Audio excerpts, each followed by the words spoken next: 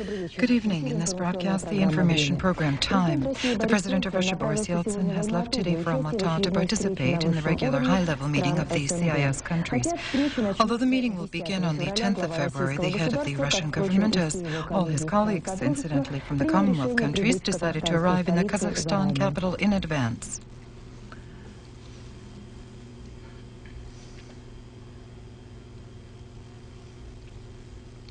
At the CIS summit, a document will be signed on collective security. The President of Russia announced that he intends to inform participants of the meeting on the situation in Chechnya. I feel that events are developing in a normal fashion. The armed forces are no longer participating. A restorational direction is being pursued.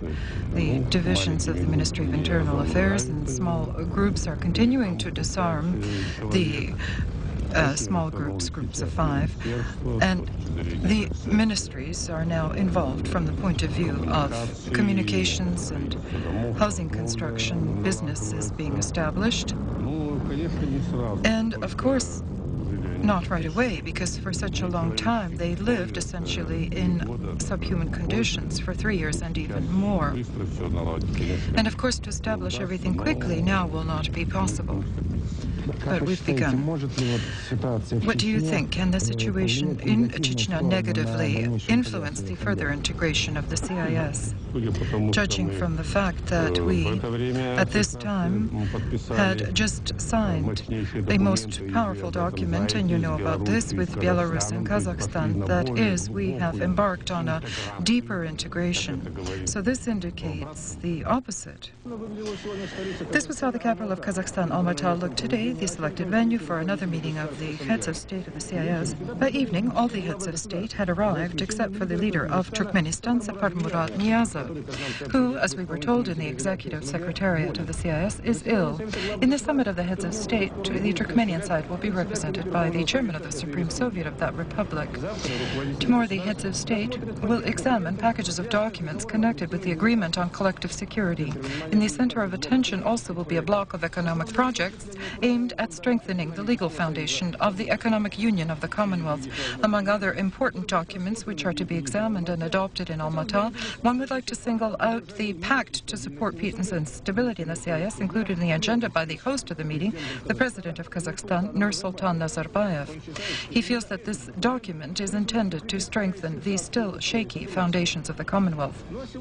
And today the main attention was focused on the military issues, which were simultaneously examined at the session of the Council of Ministers of Defense, where Pavel Grachev was the chairman, the commanders of the border troops, and the ministers of foreign affairs. At the joint session which followed, it was decided to adopt the decision to create that which had so quickly been destroyed previously, a sole system for patrolling and protecting peripheral territories and outer boundaries. We continue. Today, almost 500,000 miners resumed work who just yesterday took part in the pan-Russian warning strike. The miners have again achieved an assurance from the government that the salary debts will be paid out. If the miners' demands are not satisfied, in the beginning of March they intend to launch an indefinite strike. Despite the fact that the miners' demands were not completely fulfilled by the government, the miners stopped the strike today. I'll remind you that they needed 10 trillion rubles in state subsidies and almost 1.5 trillion rubles for salary, which many have not received since October of last year. The government disbursed 600 billion for February and promised the same amount in March. Therefore, the probability of an indefinite strike this month, Vitaly Budko, the chairman of the Russian Professional Union of Coal Workers, did not exclude. Yesterday, 500,000 miners walked out, but that doesn't include those engaged in repair work. According to Rosugol company, of 203 mines, 103 were on strike. The Russian Coal Union counts 189. Overall, that day, 400,000 tons of coal was not mined, and the consumers under-received 180. Material damage from the strike is difficult to calculate, the company Rosugol told us. Its general director, Yuri Malyshev, said that for normal functioning of the sector, it's necessary that part of that money, which is owed to us by foreign countries, specifically India, should be directed as investment into the coal industry, and of course the Ministry of Finances should disperse money on time. The miners themselves say the following regarding the strike. Here there is a dual opinion. You work, they don't pay. There's no salary. And you don't work, they don't pay either. Well, you have to do something. The situation in the capital of Chechnya, Grozny, has significantly changed after the decision of the leadership of the Chechen armed forces to leave the city. Today's reports from information agencies permit the conclusion that federal forces are almost completely in control of Grozny. Neither the Ministry of Defense nor the Ministry of Internal Affairs, however, have not made an official statement on this account.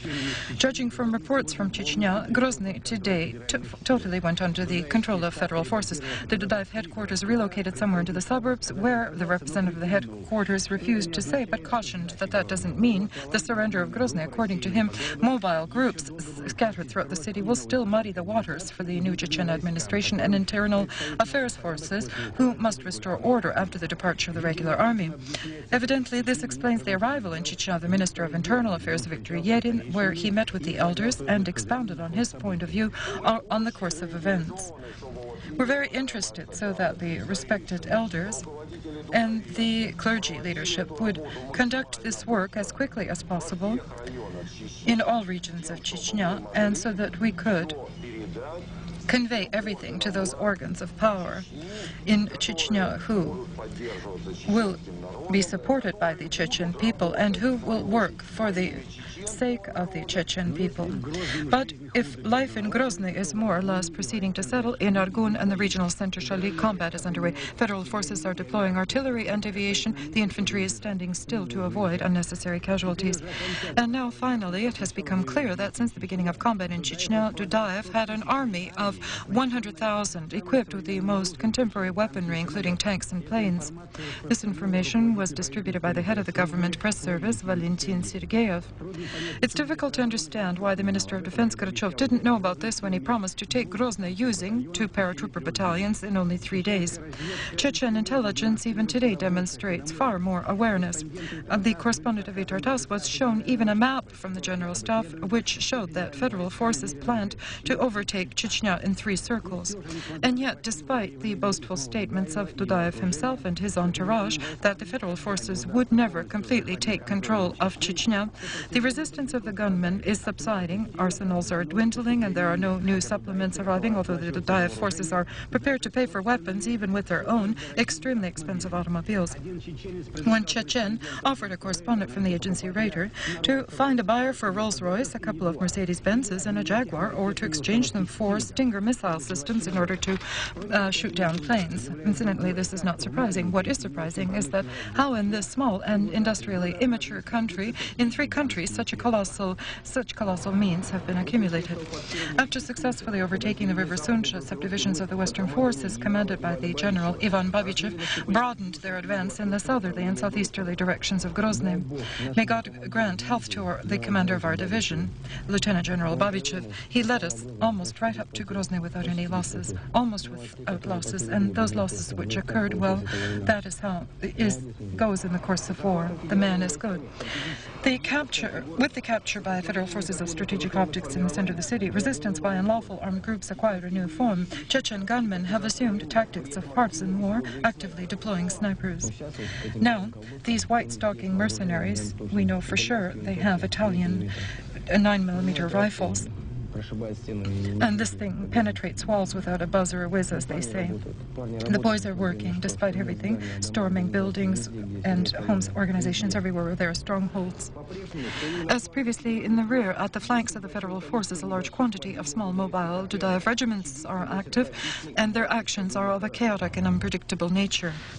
The head of the General Staff of the Armed Forces of Russia, Mikhail Kolesnikov, said today that there were no failures on the part of the Russian forces during the operation in Chechnya, but he admitted, I quote, that we missed the chance for the creation of a real highly professional Chechen army, unquote. The Minister of Defense, Pavel Gorbachev, stated that the attacks at him through mass media are organized by those forces who are trying to depose Boris Yeltsin from the post of the president of the country, and I'm hindering their efforts, said the minister, speaking with the press in the capital of Kazakhstan, where he arrived to participate in the CIS summit. Meanwhile, in Moscow, a decree of the president announcement was publicized on the dismissal of the Deputy Ministers of Defense, the Colonel General Matvey Burlakov and Georgy Kondratyev. We'll return to events in Chechnya and around it. To immediately cease all military operations in Chechnya was the appeal of the participants of the Congress of Civil Accord in Russia. They gathered today at a round table at the Commission on Issues of Citizenship under the President. Participants of the discussion, among whom are famous social activists of the Caucasus, representatives of scientific artistic intelligentsia, feel that the very approach of federal authorities to resolve the Chechen conflict was initially incorrect. As was stated by the chairman of the Commission on Issues of Citizenship under the President, Abdullah Miketayev, the schism in Chechen society is so great now that even an immediate withdrawal of federal forces won't stop bloodshed. In no way justifying Dudayev, Dok Uzakzayev doubts in the population's support for the oppositional Interim Council of Chechnya, the government, and other federal rule structures, and suggests that there be one center of power in the Chechen Republic. Another famous politician, Aslanbek Aslakhanov, feels the unjustified bombings of peaceful villages of Chechnya and Ingushetia are turning the entire population against the federal forces. The combat operations on the territory of Chechnya continue, but the attempts to restore peaceful life are also accelerating. At a special meeting, which was held today by the head of the Territorial Department of Federal Organs of Executive Power of the Chechen Republic, Nikolai Semyonov, it was stated that the conditions have emerged for the work of organs of government rule in Grozny. The mayor of Grozny, Beslan Gantimirov, said that the city mayoralty is fully formed and is ready to begin work. On the territory of Chechnya, one of the next meetings of the operational head staff under the government of Russia will be held to coordinate the functions of the organs of executive rule in Chechnya. This was announced today by the head of the staff, Alex Sasakovets. The place of Russia in coordinating the joint efforts of executive rule in Chechnya was examined today in restoring the life services to the Republic. In the Caucasus, preliminary results were summarized of the Chechen operation. In order to restore housing alone, in the opinion of the Minister of Construction, Yefim Basin, in initial stages 1,300 billion rubles will be needed, and 4,000 or 5,000 construction workers. And immediately members of the operational staff reminded that in the restoration of the White House, there were at least 8,000 construction workers involved. Sergei Shoigu, the Minister on Emergency Situations, cautioned that for the liquidation of a repercussion of such a scale, at least 34,000 construction workers are needed, and only then people in Chechnya won't be homeless next winter. Yefim Basin recommended that all financial transactions for the construction in Grozny should be handled not through the central bank, but the bank Minatep, because the experience shows that this will save at least 30% of the funds. In the operational staff meeting, Alexis Kovets noted that in the budget, 2.5 trillion rubles was foreseen for emergency situations, but it will probably be eaten up by the army. Therefore, it's necessary to seek on traditional sources and means to liquidate repercussions of the Chechen war. The materials of journalists are seen, heard, and read by all, but what remains behind the films of the television camera and behind pages of newspapers, many don't know, because the conditions in which journalists are forced to work influence the results, especially circumstances of combat, especially the Chechen conflict, because the war in Chechnya, in essence, is the first armed conflict on Russian territory. And just as the military, the journalists were often unprepared for war. They had to rely on intuition and common sense for orientation. Coverage of combat operations has its own ethical norms and specific rules, which are known to the entire world. We all, without exception, were placed in a position of people from whom something incomprehensible was demanded. That is, it was demanded of us that we, on our own, would become that same arresting device or stop piece, and the very information which we were receiving. I think that none of us ever encountered a more absurd situation. Also, journalists not only had to report their own information, but refute official propaganda. The authorities, who never expected such a poor reception for the war among mass media, attempted not only to dump responsibility on them, but accused them of all things, including being paid off by Dudayev. In Moscow, there were Dudayev emissaries with money. They were here and they visited different publications. I don't know which publications they visited, but these people were here in Moscow, and it's not known who wanted to conduct this, let's call it a provocation. Either it was the FSK or Dudayev wanted it. I know that according to my facts, in publications visited by emissaries of Dudayev, no one accepted it.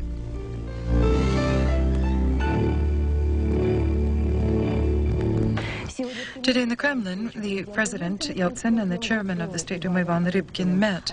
They discussed questions of the need for an immediate adoption of laws on elections.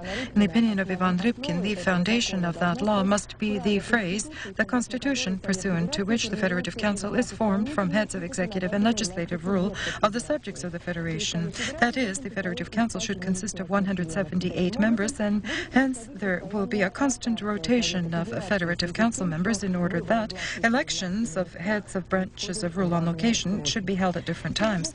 Today, the Federative Council, through individual voting, declined the law on increasing the minimum level of salary, which foresees its increase up to 54,100 rubles. The law had already been adopted by the State Duma and is declined because of disagreement over certain formulations within it. It was decided to create a conciliatory commission consisting of deputies from both chambers of parliament, which should reach a final decision.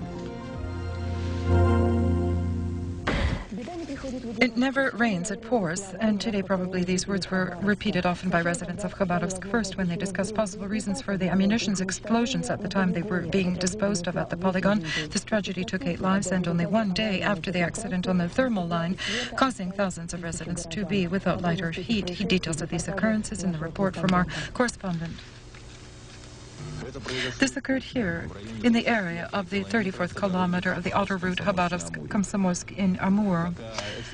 Until experts issue their final conclusions, to speak of the reasons for the explosion is futile. It's only known that, pursuant to the instructions of the Ministry of Internal Affairs, yesterday on the polygon, explosives were to be demolished from the stockpiles of the Far Eastern District Department of Material and Technological and Military Supply for the Ministry of Internal Affairs of Russia.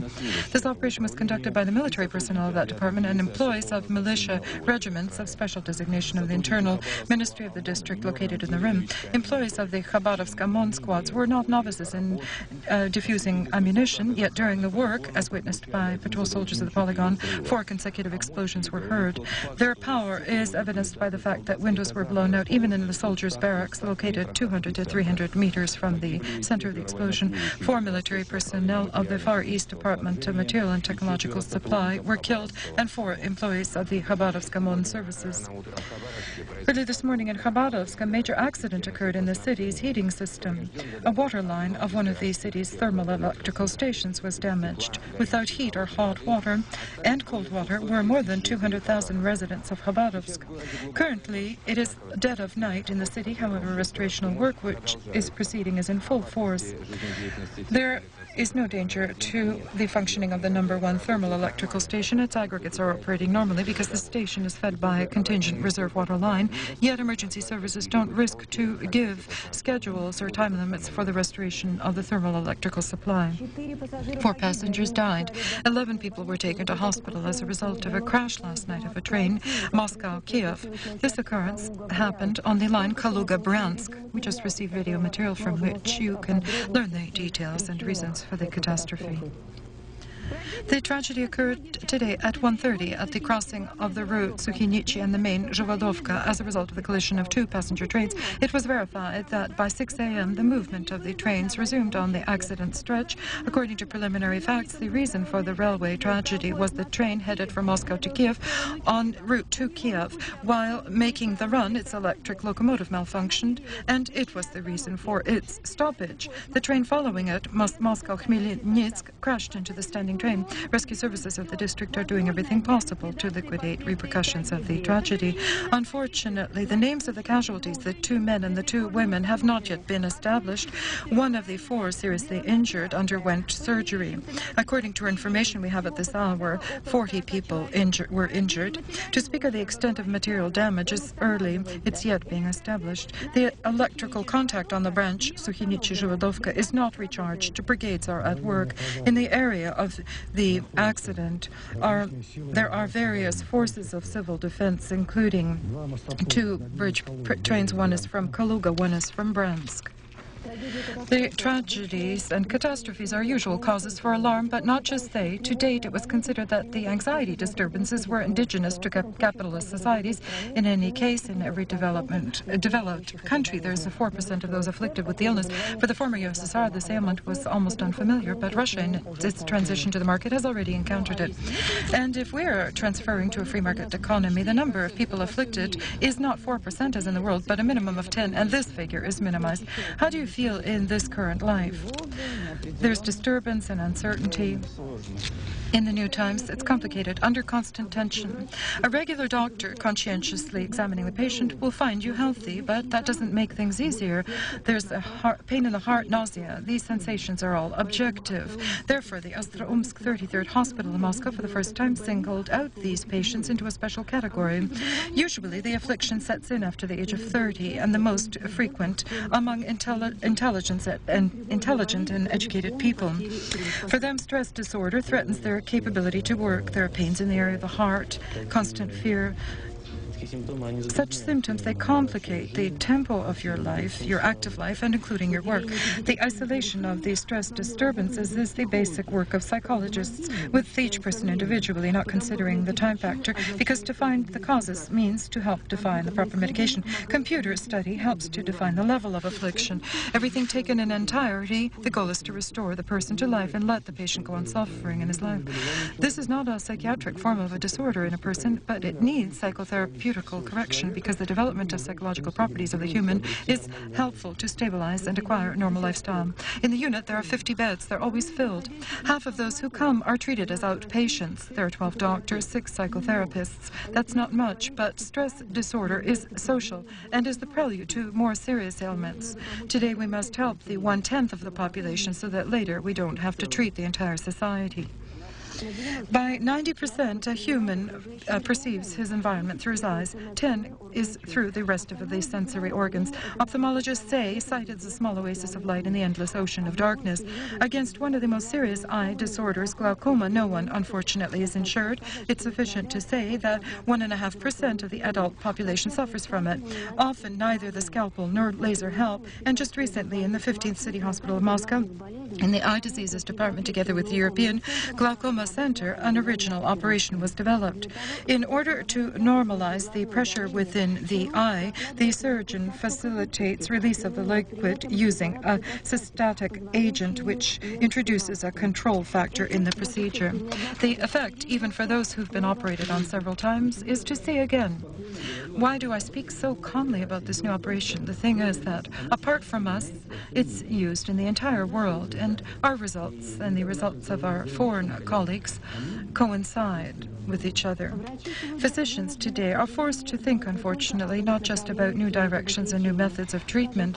Let's say, for instance, that the domestic surgical laser was developed over the course of 20 years, but it was never mass-produced. In clinics, imported and expensive equipment is used, and there's another problem, medications. All pharmacies are loaded with import medications, and they are confusing, and the prices are steep.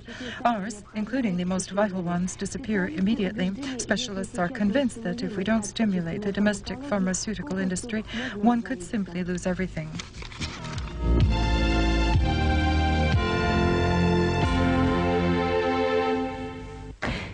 The presidents of the Baltic states have not yet decided finally whether they will visit Moscow for the anniversary celebrations the 9th of May.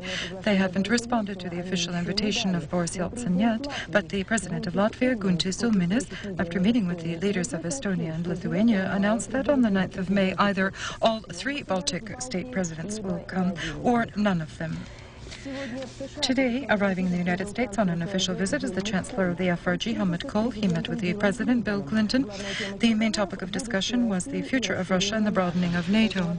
On these issues, both sides occupy very close positions and feel that in resolving them, it's necessary to consider the opinion of Moscow. Germany is a true friend of New Russia and is extremely interested in its development in the direction of democracy and the legal state and a market economy. This was stated in Bonn by the head of the Department of the Federal Chancellor Skirpy Bol during a meeting with the commissioner authorized by the Russian President on Human Rights, Sergei Kovalov. The representative of the German Chancellor, the Minister of Foreign Affairs, Klaus Kinkel, the Chairman of the Parliament, Rita Susmut, and the opposition leader, Rudolf Scharping, with whom the main critic of the Kremlin and the rights defender #1 conversed, as he was named by the influential magazine Stern, are unanimous in assessing the events in Chechnya. Military action should be ceased immediately. The head of the German Foreign Political Department expressed the proposal to offer the Chechen Republic autonomy status and invited to dialogues tables all conflicting sides, and foremost the General Dudayev, attempting to find a compromise version for the political regularization in the Caucasus. The leaders of the old continent condemned the actions of the Russian army, Moscow's violations of many international obligations and human rights, and yet reject the idea of implementing any sanctions. In Sergei Kovalov's opinion, Western countries underestimate the danger of the cruel method of dealing with the Caucasus problem. Specifically, the German government, Kovalov says, is pursuing a too soft and feeble policy regarding the Chechen crisis, which could negatively affect the future of Russia itself. The West must understand the crisis on a slightly higher level, technically. For example, with whom to conduct talks on the ceasefire? For example, can we hold talks with you? No. With me, also, no. But with Dudayev, it's possible. The President, Clinton, announced the appointment of a new director for their Central Intelligence Agency. He's the 57-year-old retired general of the Air Force, Michael Harris. Details from our personal correspondent in the United States. Just yesterday, the face of this man was unfamiliar to the public at large. His name was not included in the list of basic candidates for the top position in the intelligence agency in the United States. Now he faces a task which, in complexity, as Clinton says, is comparable only with its importance. General Harris never had worked in intelligence and, as they say here, sees it from the consumer's point of view. On his track record, there are 200 combat flight missions in the Vietnam War. During operation in the Persian Gulf, he was a member of the Committee of the Chiefs of Staff. He will have to reorganize the business on which annually the United States spends $28 billion. On one hand, it seems there's no longer an enemy. On the other hand, the so-called case of the Russian spy Ames, the exposure of Ames not only caused the downfall of the former director, Wolseley, here he is on the extreme left, but demoralized the rank-and-file employees. Who is to be trusted now? Everywhere they're looking for spies, and the new application for themselves, the battle with terrorism, narcotics, the illegal immigration, the spread of nuclear weapons, all of this will be the concern of the CIA increasingly now, evidently not forgetting its objectives initially, which at one time were almost singular. In any case, the General Harris seems to have a good chance to be supported in Congress. He's not connected with Clinton in any way, either through bonds of friendship or obligations to remain loyal. In circumstances where the Congress is controlled by a party in opposition to the president, this is a big plus. The number of victims from the earthquake in Colombia, according to the last reports, has exceeded 30. More than 200 have been injured. Tens of homes have been destroyed, including 4 schools. From the underground jolts, whose strength was up to 6.5 points on the Richter scale, the departments of the Pacific coast suffered the most. The greatest destruction and casualties were registered in the town Pereira. Experts feel that the earthquake in Colombia has the same natural processes as the recent earthquake in Japan. They're connected with the tectonic activity of the Earth around the equator. Today, 2 members of the crew of the spaceship Discovery, including the first black American, went out into the open outer space. Michael Foll and Bernard Harris will be spending 5 hours outside of the ship in general, and they have 2 tasks: to test the spacesuits in the conditions of the cold temperatures of space and to set a type of record in carrying weight in the state of weightlessness. According to the current NASA norms, the mass of objects moved about by astronauts in weightlessness should not exceed 270 kilograms. Harris and Foll will attempt to do work in the cargo bay of the shuttle on the satellite Spartan, which was already taken out of orbit, whose mass is more than 1 ton. Television. Most French people think that it is the most important invention of our century, and hence they watch it actively, with not a very large but varied choice of television channels. Competition between them takes no weekends or holiday breaks, understandably. On an equal level with commercial and private stations, the battle for the viewers is waged by state television, France Télévision, which unites 2 channels. Its president, Jean-Pierre Alcabache, had a topic for discussion with his colleague from Moscow, the head of Ostankino television, Alexander Nikolaevich Yakovlev. In the period when Ostankiно is transforming into a new capacity of public television, others' experience is especially valuable, especially when the final objectives coincide. We are attempting to make our two channels more dynamic and capable of worthily withstanding the squeeze of commercial television and achieve a variety in programming and, of course, quality and the independence of our information from the state or any party. It's difficult, but we're following this path. And if it happens we stumble or permit a violation of the laws regulating the operations of television and radio, there is someone to correct us and even punish us. This is the Higher Council on Audiovisual Media, whose new director, Hervé Bourget, only a few days ago was appointed by the President of the Republic.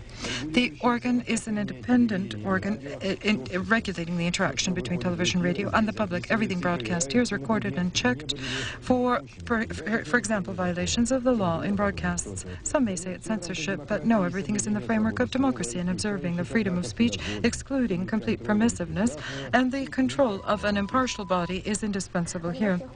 Culture news. Hither unto unknown masterpieces. This is the name of an exhibit of French art from private collections of Germany, which in the end of March will open the Hermitage, but even today the coming exhibit generates debates and discussion. These three works shown today to the journalists in the Hermitage Theatre are exhibited for the first time. The works belong to the brush of great masters Degas, Gauguin, Van Gogh, are a unique overture prefacing the exhibit called The Unknown Masterpieces. After the end of the war, many art panels and objects of art were taken out of the overthrown Germany. For 5 decades, they were kept in special vaults in the Hermitage, and today, some of the masterpieces have seen the light for the first time.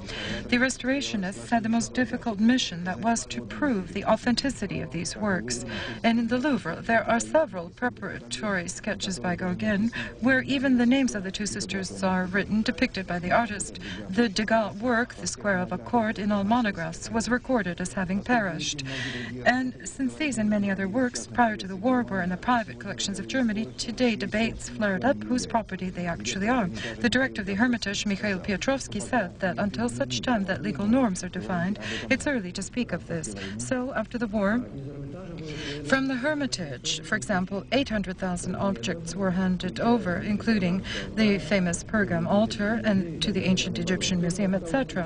What remains now is very little. This is just the remnants, and what we will be displaying at the exhibit is the best of what remains. The most important is not the political aspect, but the fact that these works, which were hidden for decades in vaults, have been returned to the people.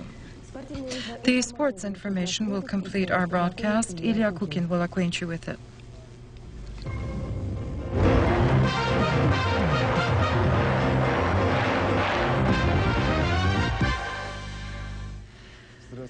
Hello. Both matches of the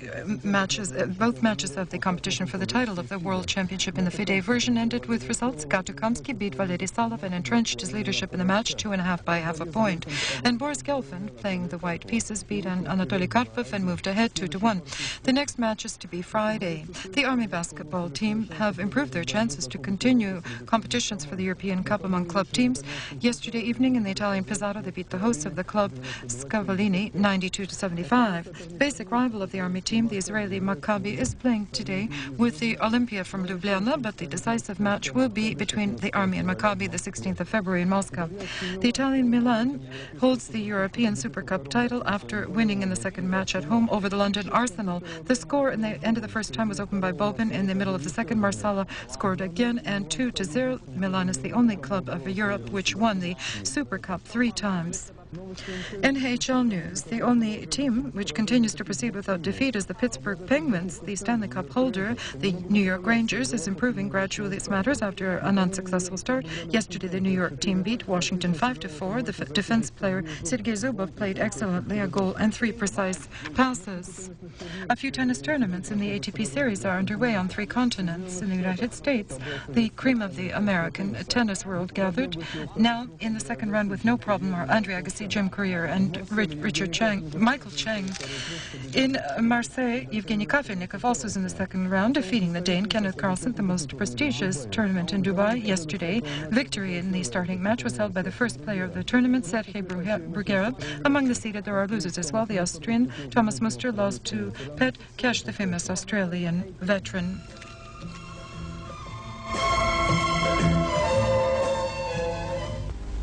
Good evening. Unfavorable weather with strong gusty winds and snow and blizzards will continue in the north of the European part of Russia. The reason for that is a broad lethargic anticyclone near the Barents Sea.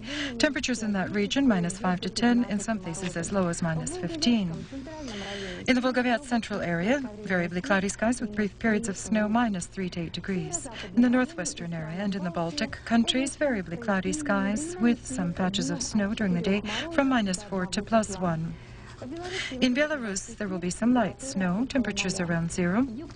The south of the central Chernozem area, the majority of Ukraine and Moldova, will be under the influence of an atmospheric front, which is slowly shifting into this area from the northwest. Here it will be cloudy with some snow mixed with rain. Only in the northwest of Ukraine, there will be no precipitation, but the roads are slippery during the day, 0 -5. In the south of Ukraine and in Moldova, +2 to 7 degrees. That same atmospheric front to the central Volga and the lower Don will bring some cloud weather with rain and snow.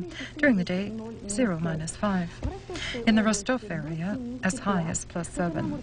On the Black Sea coast of the Krasnodar-Rim area, cloudy with improbability of rains. Temperatures near Sochi +12 to 14. In Ingushetia, Northern Ossetia, in the Chechen Republic, Dagestan, variably cloudy skies without precipitation at night from -2 to +3. During the day, +4 to 9. In the Transcaucasus area, in the area of heightened atmospheric pressure, the day promises to be sunny and warm, +8 to 13. It's cooler in Armenia, +1 to 6 degrees. In Petersburg, variably cloudy with some light snow. Winds are from the southwest, 6 to 9 meters per second. At night, -8 to 10. During the day, -4 to 6. In Moscow, partly cloudy skies with some periods of brief snow. Winds are from the west, 7 to 10 meters per second. At night, -7 to 9 throughout the district, as low as -12. During the day, -2 to 4. Tomorrow, the 10th of February, is St. Ephraim's Day. If it's windy on Ephraim's Day, it means a damp year ahead. Tomorrow, unfortunately, they say it will be windy, but I hope that this сбудется, и нас все-таки порадует солнышко. Всего вам самого доброго. До свидания.